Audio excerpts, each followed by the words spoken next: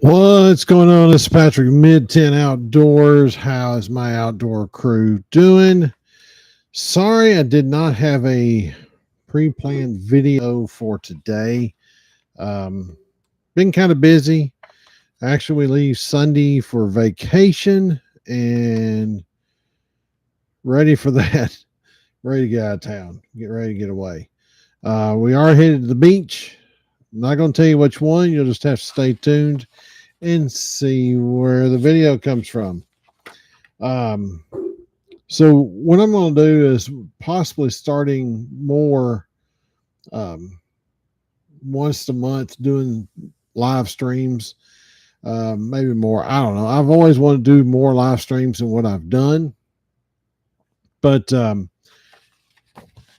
don't know. Anyway, so I want to get into talking about national parks, state parks, different things going on around them, U.S. Forest Service, that kind of thing.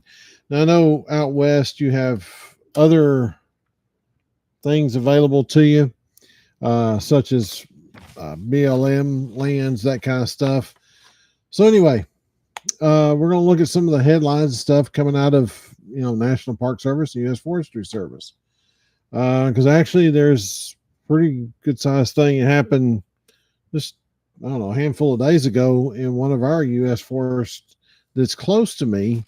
We'll go through that here in a little bit, but not really sure why that's not working. Anyway, so one of the headlines that caught my attention was woman gored by bison June 1st in Yellowstone National Park. It seems like you see that quite often. It's unfortunate because I read on down, it says on June 1st, a bison gored an 83-year-old woman from Greenville, South Carolina, near the Storm Point Trail in Yellowstone Lake. Unfortunate, very unfortunate. Sorry to the family. But don't know the circumstances. I didn't read any more of the article. I didn't get a chance to. But this kind of thing happens when you're out. Sounds like it's on trail. So she could have been hiking, whatever, and walked upon the thing, and it was just that day that the thing, things went wrong. That happens. For instance, Smoky Mountains National Park. Two incidences in the same day where the National Guard had to fly in and rescue these people. This all happened on Friday, according to the news article I saw. It happened on Friday. The first one was a respiratory deal. They had to fly in, the National Guard had to fly in to rescue the guy because he was in a remote area near Mount LeConte. So they got him out, and everything I read was a 30-minute trip from LeConte to Knoxville via helicopter. And they were able to get him there, and best I could tell in the article, he was, recovering. Then maybe 3 or 4 hours later, I can't remember the location. It was on another trail. A guy had a cardiac problem, cardiac arrest or something. Once again, had to fly in, get him, fly him back out to Knoxville. From what I understand on that one, he's, in recovery, stable, whatever, I guess. Didn't say either one of them passed away from their happenings. They just said that, recovery. So let's talk about that real quick. So things happening in the back country, and that's why I've got a Zilio satellite communicator. Now, I'm not going to push any brand right now. I'm just going to say it's well worth it to have one of those available.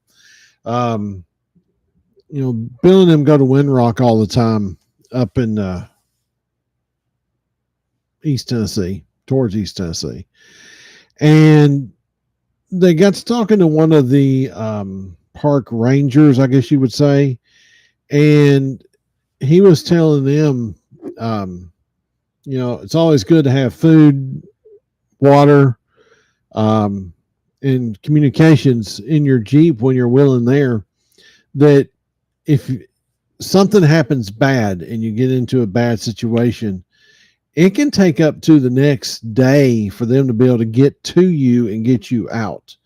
And he was telling them that they have actually had to call in the National Guard and get help and bring the people out that were injured or whatever. So, once again, communications is key. Having some form of, whether it be a radio. Now, I've got GMRS myself.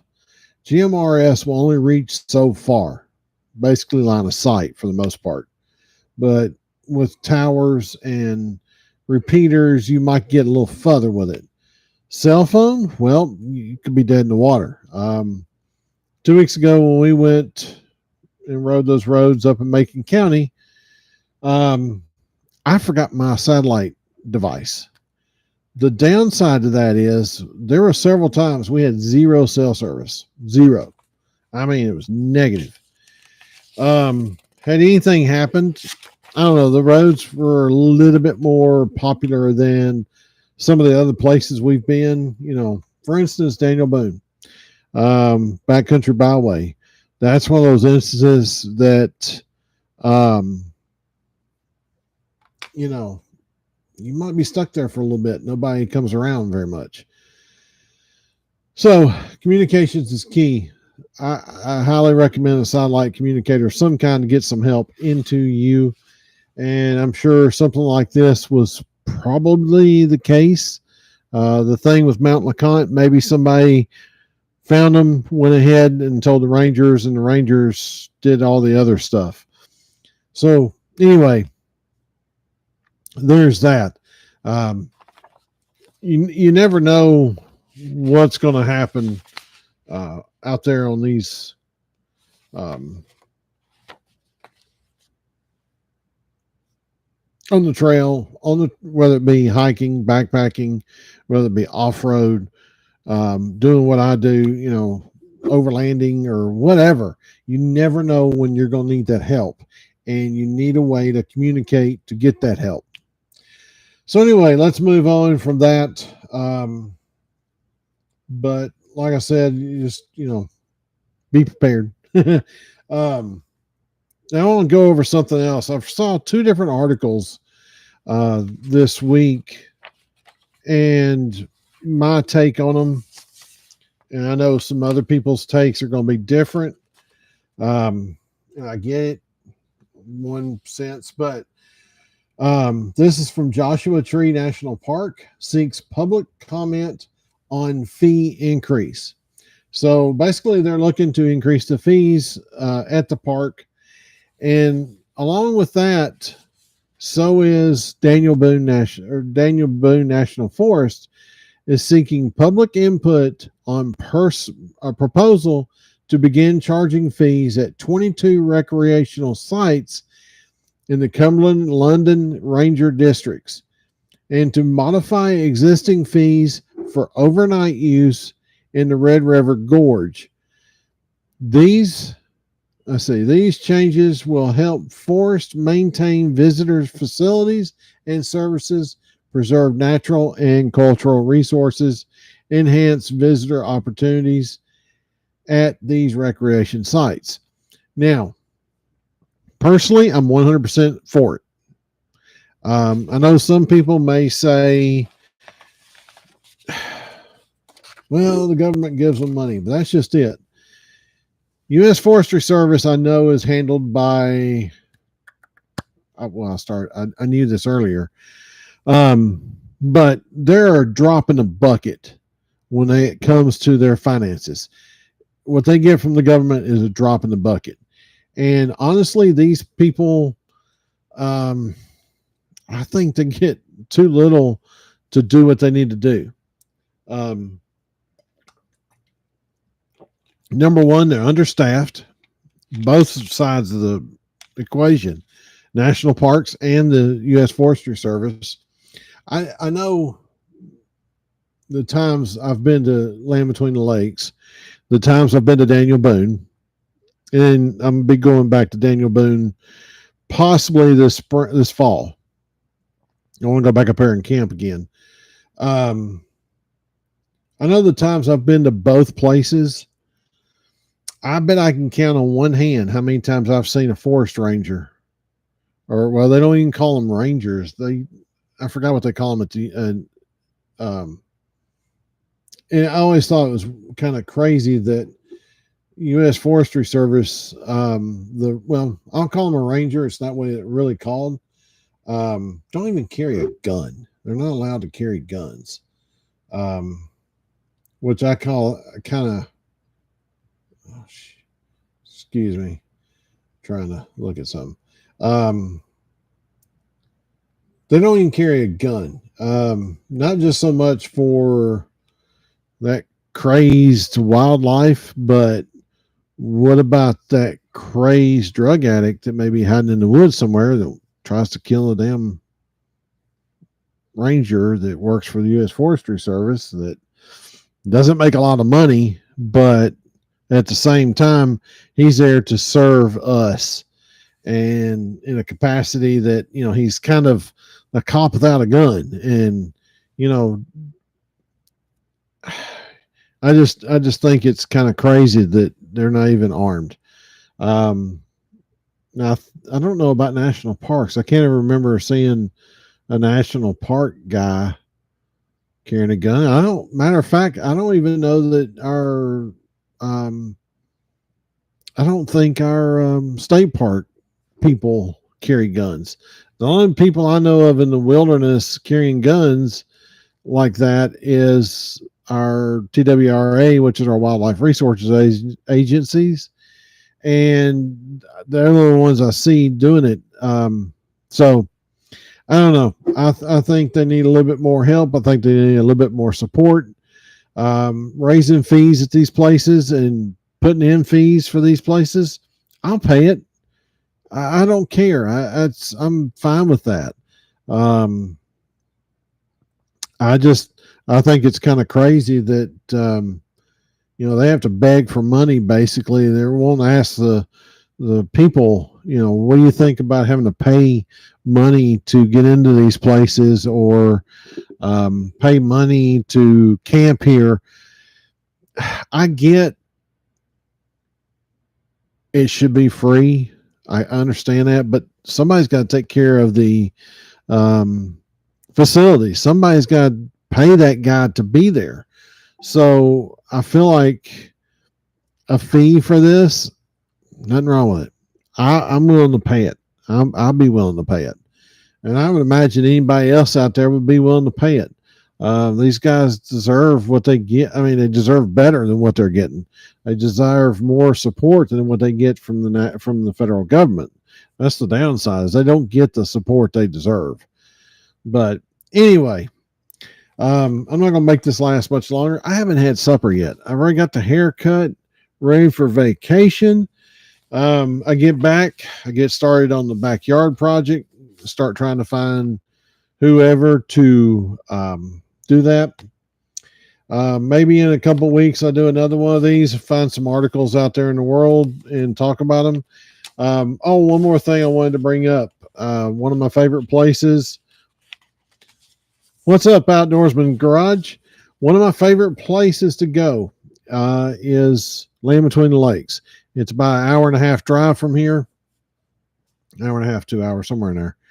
It depends on the section I'm going in, whether it's south or north. But they've had some pretty severe tornado damage about a week and a half, 2 weeks ago. So when I get back from the beach and everything, and I get an opportunity, I'm going to head up there and cruise around, and we'll check out the damage ourselves.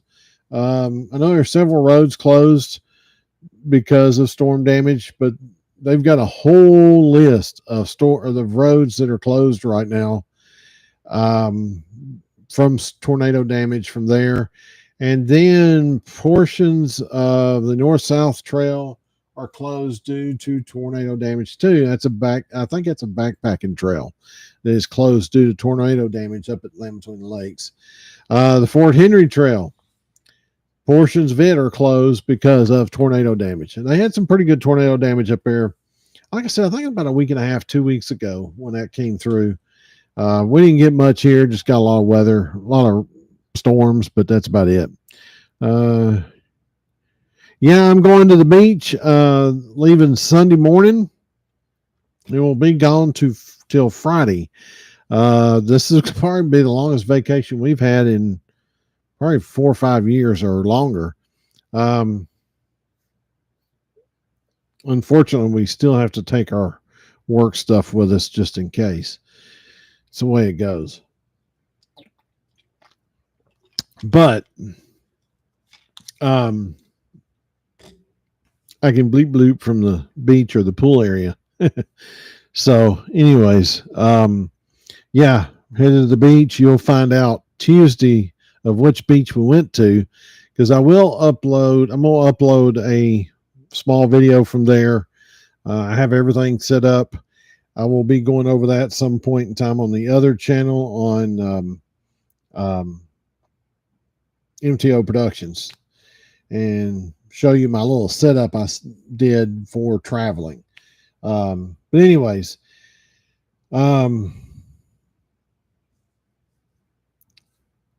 this is Chloe's last hurrah as a high school kid. This is why we kind of like, where do you want to go? And she said, I want to go to the beach. And we said, okay, let's go to the beach. Last time I went to the beach, my truck got attacked by seagulls. I guess that was kind of crappy. I've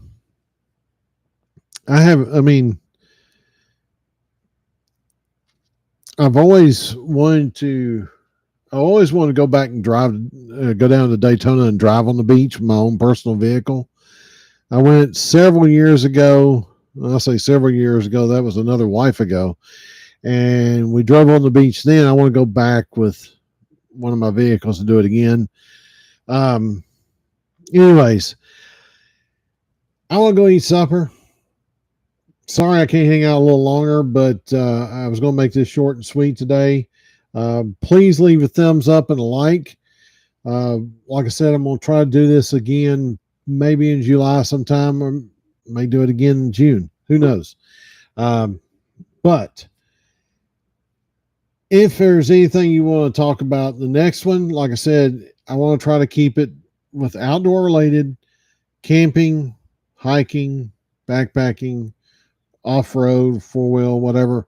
Let's keep it on the outdoor stuff. Hunting, I'm not a hunter, but maybe I can talk a little bit of hunting.